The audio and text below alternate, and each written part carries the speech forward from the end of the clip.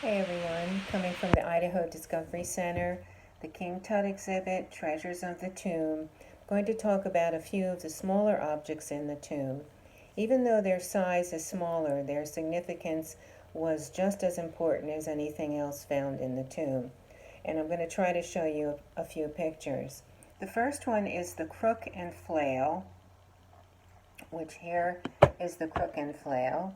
Now, the crook and flail are sacred emblems of Osiris found in the treasury, and most importantly, they are the only surviving examples of this artifact. They're made of heavy bronze, and the flail is of blue glass, gold, and wooden beads. And this was held and crossed over the chest of the pharaoh and represented a benevolent ruler. The next item we're going to talk about is Tut on the funerary bed. This was a very beautiful small artifact that was put into the tomb by an official named Maya, and he was overseer of the works in the place of eternity, which is the royal necropolis or royal tomb site. He was a scribe and overseer of the burial treasury. Now, he felt obviously great affection for the young pharaoh because this was his gift, and it's finely carved in wood of a Ushabti figure recumbent on a lion-headed bear. The Ka and the Ba wings are protecting the body. An inscribed dedication between the paws is a beautiful sentiment that says, "Descend, Mother Nut, goddess of the sky, outstretch yourself over me and let me be one of your imperishable stars." The next item is the small statue of Amenhotep IV, who is, as we know, Akhenaton of the 18th dynasty. Now, along with his queen Nefertiti, he abandoned the city of Thebes and founded the new city out in the desert called Tel Amarna to serve as his religious cult, worshiping one god, the solar god, the source, the sun. And he's seen here wearing the blue Kepresh crown, and he is making an offering in this artifact.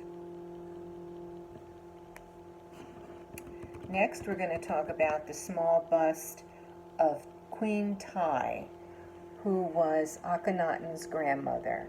This is now in the Berlin Museum. Now, she was the wife of Amenhotep III, mother of Akhenaton, and supposedly very influential with foreign dignitaries. Even though she was born of a non-royal family, apparently she was greatly respected from letters and transcribed pieces that have been found.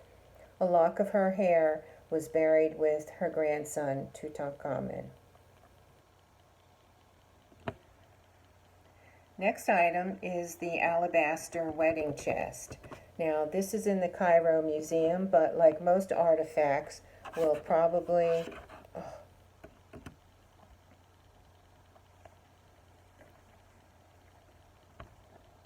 be moved to the new Gem Museum. Now, this is carved of a single block of stone, and on the end it has wishing eternal life to Tutankhamun and his bride, who is his half-sister, Ankhesenamun. Now, it's thought that this little chest with a single balls of hair would signify the royal marriage contract. The next piece is an ivory headrest. Now, the headrest were found, several were found in the tomb, 8 in total, of all different materials and types, and this is one. This is ivory, and it was carved in 2 pieces. This represents Shu, the god of air, kneeling between the mountains, and this was designed to support the pharaoh's head between 2 horizons. On the column it reads, "The benevolent God, son of Amen, Pharaoh of Upper and Lower Egypt, Lord of the 2 lands, Nebkeperi Tutankhamun, given eternal life like Ra." and this is associated with resurrection. The next object, and probably the last one we'll talk about, is the small canopic stoppers that were actually found inside the large gold shrine. Now these toppers were put in on top of little compartments that held the liver, lungs, stomach and intestines, and all of the internal organs of the pharaoh. And these were very necessary for resurrection into the next life, which was extremely important for anyone that was buried in ancient Egypt.